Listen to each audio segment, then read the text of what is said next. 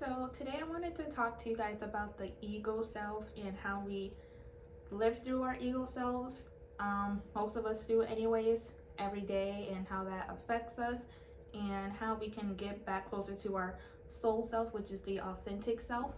And this is something I've been wanting to make a video about for a little while now, and I've been trying to, but I just couldn't formulate my thoughts in a way that I wanted to. But now I think I have it all laid out in my head so that I can explain myself, or explain myself properly and my thoughts on all of this. But today I was watching a Kanye interview, and he is perceived to have some major ego, and people call him a narcissist and all these other things.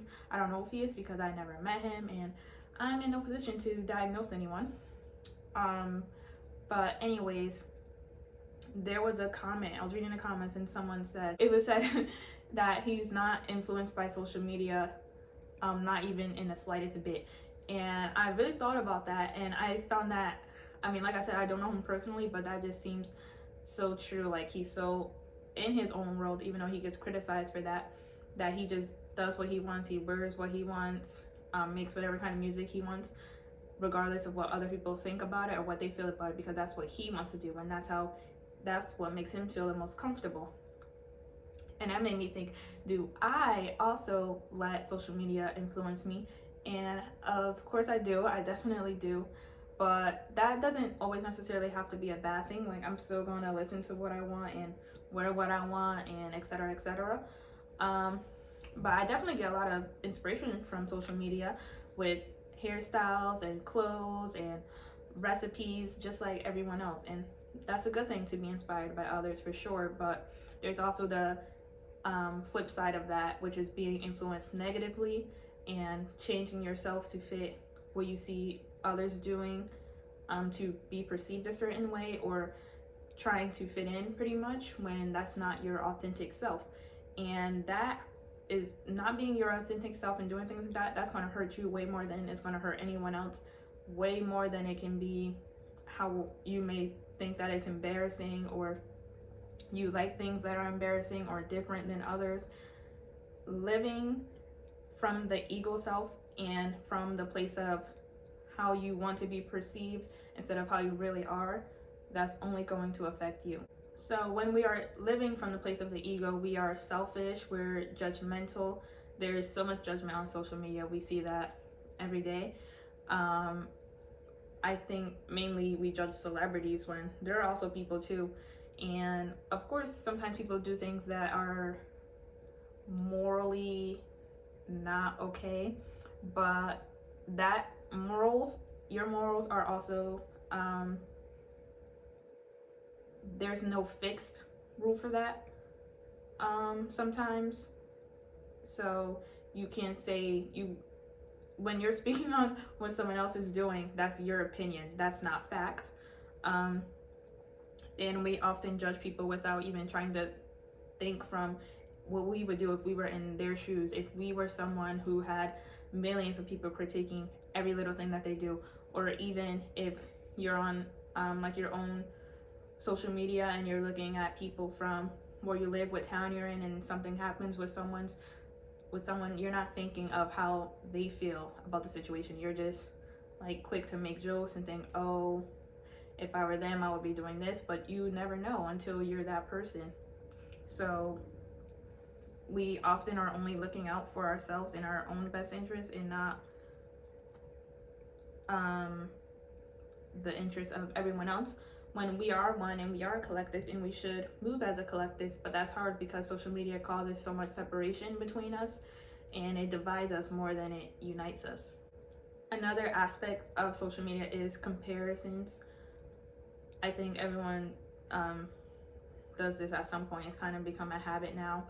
We compare ourselves, either our looks, or where we are in life, or what we have, or our social status. We compare that to others, and we see these people who appear to live these lavish lifestyles, and they have money, and they have fame, and they have these big group of friends, and they're traveling, and we think that we need those things too, just because, well, we think we need those things to be happy. and we see these pictures and it looks like these people are happy, so we think that we need those materialistic things to be happy also, when that's not true. And we all have something, at least one thing, I'm sure, to be grateful for in our lives that don't revolve around money or fame or social status, etc., etc. And there's so much pressure to get to that point, and not only get to that point but document that point, because if you don't document it, then it's not happening. And we are just basically living through our screens. We're not even living through what's right in front of us, because we're so quick to pull out our phones and record everything. And I'm definitely that person who likes to take pictures of myself and of the world around me. I like taking pictures of the sky and all of that, but I'm still making sure that I live in the moment. And most of the time, I just keep those pictures for myself, just because they're nice to look at, or they're just good memories to have. But I'm not saying that, of course, it's okay to post whatever you want. That's unrelated. So I'm getting off track. I'm trying not to ramble, but it's hard. Okay, but back to the comparison aspect. So social media is fueling our ego when we are comparing ourselves in whichever way that may be, and that is keeping us in that low place instead of seeing, once again, that we are all one. And I'm going to speak about this again towards the end of the video, but there really is enough love and abundance for everyone. Enough love, enough abundance, enough success. There's so much of that, and you think that just because you see however many people you follow on social media living these lavish lifestyles, if that's what you want, you can have that too. It's not limited to a certain group of people or a certain amount of people. You can definitely have that, but I'm just saying to also a good way to manifest those things is being grateful for what you already have and feeling whole and complete in what you already have. And when we are comparing ourselves to others, we're just devaluing ourselves. We're taking away from our true authentic selves, because we're so concerned with trying to present this image to the world, and that image is not always us at our core. And a point I want to make is, how can we be afraid of judgment from another how can we be afraid of judgment from another when those people most of the time, they don't even know who we are at our core. They don't know our true selves. We're seeking validation from people who don't even know us. We seek validation from people who don't know us at our core, and that's just odd to me, to say the least, because these people, they don't know who you are in your natural element, but you want them to accept this image that you're portraying. And we get upset when people judge the image that we are portraying, when they don't even know who we really are. So it's like, how can you hate on that when you don't even really know someone, and most of the time you don't even really know them? And really, the only validation that we need is the validation from ourselves. We only need to accept ourselves. And once you accept yourself and you truly love yourself and all of those things, then I don't think the opinions of others don't really matter. And going back to when I was talking about Kanye earlier, he's definitely someone who inspires me a lot, because he just lives authentically as himself. And it just made me think, like, I can literally do whatever I want, whenever I want, however I want. I can literally just be myself, and that's totally okay. He does it so effortlessly, being himself. And I just love that about him. And yeah, it just made me remember, like, I can also do those things. I don't have to live up to some idea or image of what other people may want me to be if it's not me, and if I don't feel comfortable doing that, and if what I'm doing is not the conventional way of doing things, that doesn't make it any less meaningful. If it's meaningful to me, and if it's something that I want to do, and if it's something that makes me feel aligned with my higher self, then I'm definitely going to do it 100%. And I know that everything will be okay once I do it, because I'm living for myself at the end of the day. I'm not living for anyone else, and I'm not seeking anything from anyone else. And when we're looking on social media at all of these things that others portray, you never know what's going on behind the scenes. And there's often so many cases where people, they portray these lives that just seem so amazing and blissful, and things are horrible behind the scenes, and they're actually using that image, they're living through that image as an escape from their own reality.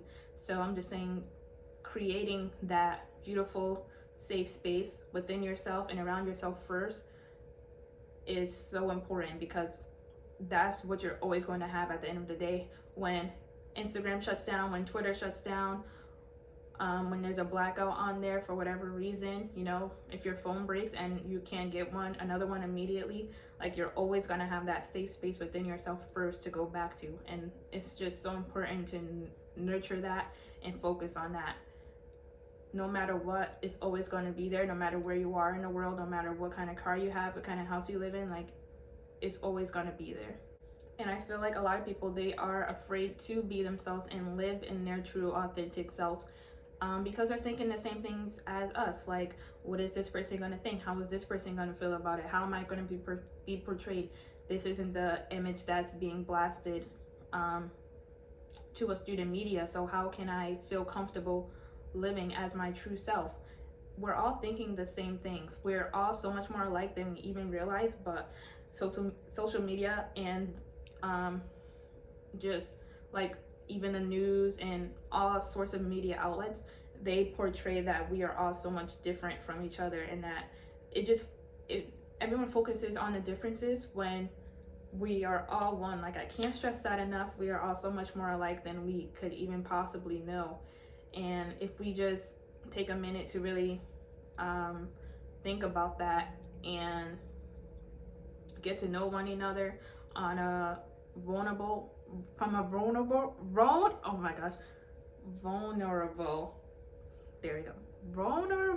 point, we would be able to see that. And I want to speak on vulnerability, but not in this video. I'm going to save that for another video. So we're going to come back to that thought. But I think I spoke on this earlier. There seems to be like such a rush to get to that point of, I'm living in this beautiful house and I have this amazing relationship and I have all of these nice things from such a young age, because we see so many young people doing it. And I think that's amazing. That definitely inspires me when I see people my age doing all of these amazing things. And especially when I see people younger than me, it's like, wow, if this person younger than me is doing it, then of course I can do it. And of course age doesn't define any level of intelligence and how well you're able to do something, but you know, it's just putting it out there.